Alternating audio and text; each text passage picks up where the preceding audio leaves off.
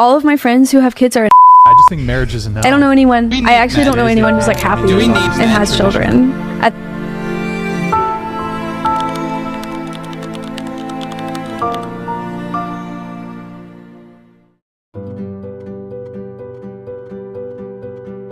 Family is the cornerstone of our society and essential for its prosperity.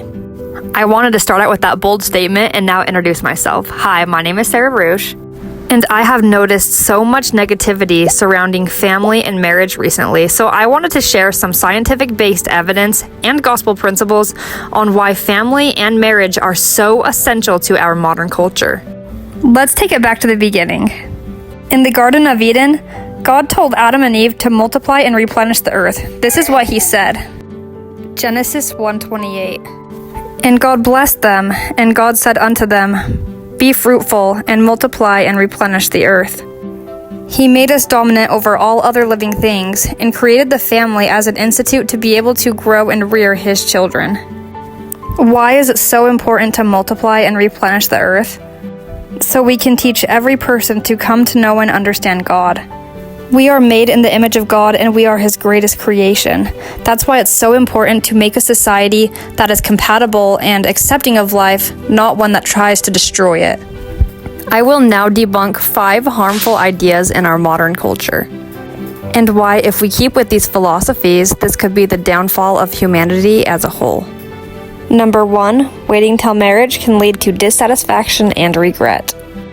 Many people have the philosophy that marriage is like a car and you have to test drive it to make sure it works before you are able to sign the papers. But let me tell you, the stats actually say the opposite. Let's take a look. I will have links to all the studies linked below, but anyway, let's take a look. On the x-axis, we can see the number of partners, and on the y-axis, we can see infidelity. As you can tell, with more partners, the infidelity goes up. Now, why might that be? When a relationship is built upon sexual gratification and self-serving, that relationship is not going to be one that's going to last.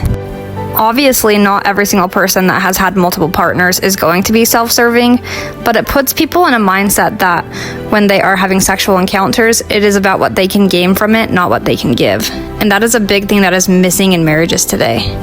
Take the triangle analogy, for example. There is a triangle with 3 points. One of them is you, one of them is your spouse, and the top is Christ. As you draw closer to Christ, you and your partner automatically draw closer together. That is because when Christ is the center of a relationship, he allows us to have a greater capacity to think outside ourselves and to bond more with our partners. In conclusion, God created intimacy to be within the bonds of marriage for these 3 reasons. To create the ideal situation for raising children, to bond and become one with your partner and share something that nobody else has with you, to raise overall happiness, as it can be something that you and your partner turn to in hard times. Number 2, men and women's roles are interchangeable.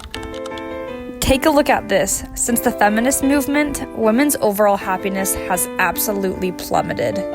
Now that statement is so tragic in itself. President Gordon B. Hinckley created the family, a proclamation to the world that has many truths that at the time seemed obvious, but now the lines have totally been blurred. Let's take a look at some of the truths that he said. Fathers and mothers are obliged to help each other as equal partners. However, equal does not mean the same or interchangeable. God specifically created roles so that men and women can complement each other, not replace one another. By divine design, fathers are to preside over their families in love and righteousness, and are responsible to provide the necessities of life and protection for their families.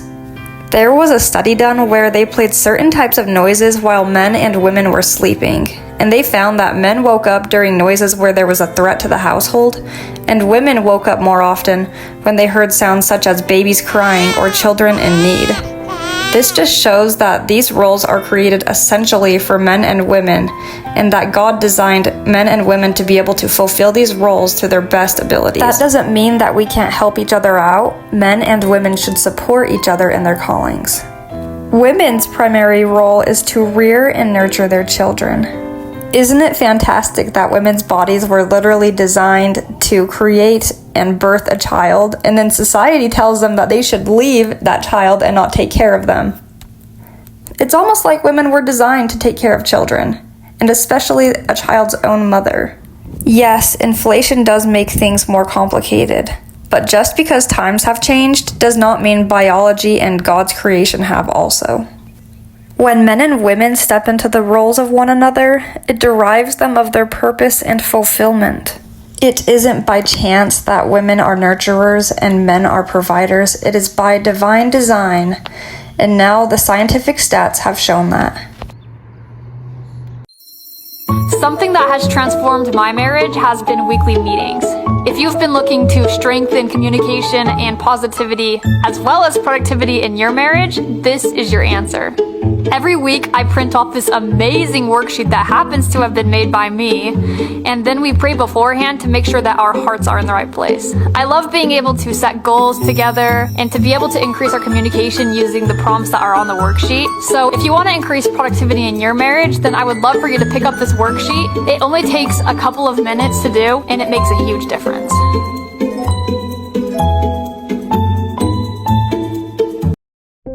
Number 3, children are a burden. According to ChatGPT, the most reliable source, in 1950 the birth rate was about 36 babies per 1,000 people. In 2023, the birth rate was 17 to 18 babies per 1,000 people born. The birth rate has fallen nearly 50%, and that is shocking. Currently in the US, as well as in other several developed countries, the population is at less than replacement level. Eventually, there won't be enough children to take care of the elderly, and the economy might even crash. Our culture has this idea that if something is challenging, it should be abandoned. However, with challenge comes growth, and often the hardest things yield the best results. So how come there has been such a shift in how people perceive parenting? In Proverbs, it teaches the older women to teach the younger women to love and rear their children. However, now the opposite is being screamed from the rooftops. Money and feminism have a chokehold on society, and women and children's happiness is being kicked to the curb for a new momentary happiness packaged in lies and deceit. Abortion is the biggest human rights issue of today. Not only does it end the life of a precious child, but it leaves women traumatized, coerced, and often injured after the fact. A Medicaid study of over 300,000 women found that women who had undergone abortions were 200% more likely to take their own lives. Women deserve better, and their children deserve better. They deserve to know the truth. That children are blessings. Marriage is a blessing, and motherhood is freedom for women. Number 4, do what makes you happy. Those are common phrases that the world says often. Another one is, follow your heart. But when Christ was on earth, he never said that. He said, follow me. He said, I did not come down to do my own will, but the will of the one who sent me. Divorce rates have skyrocketed in recent years. And a key component of that is because people enter into relationships without the willingness to be humble, which is such an important trait in marriage. Pride is an enemy to God, and pride is also an enemy to a strong relationship. When we enter into marriage, we become one.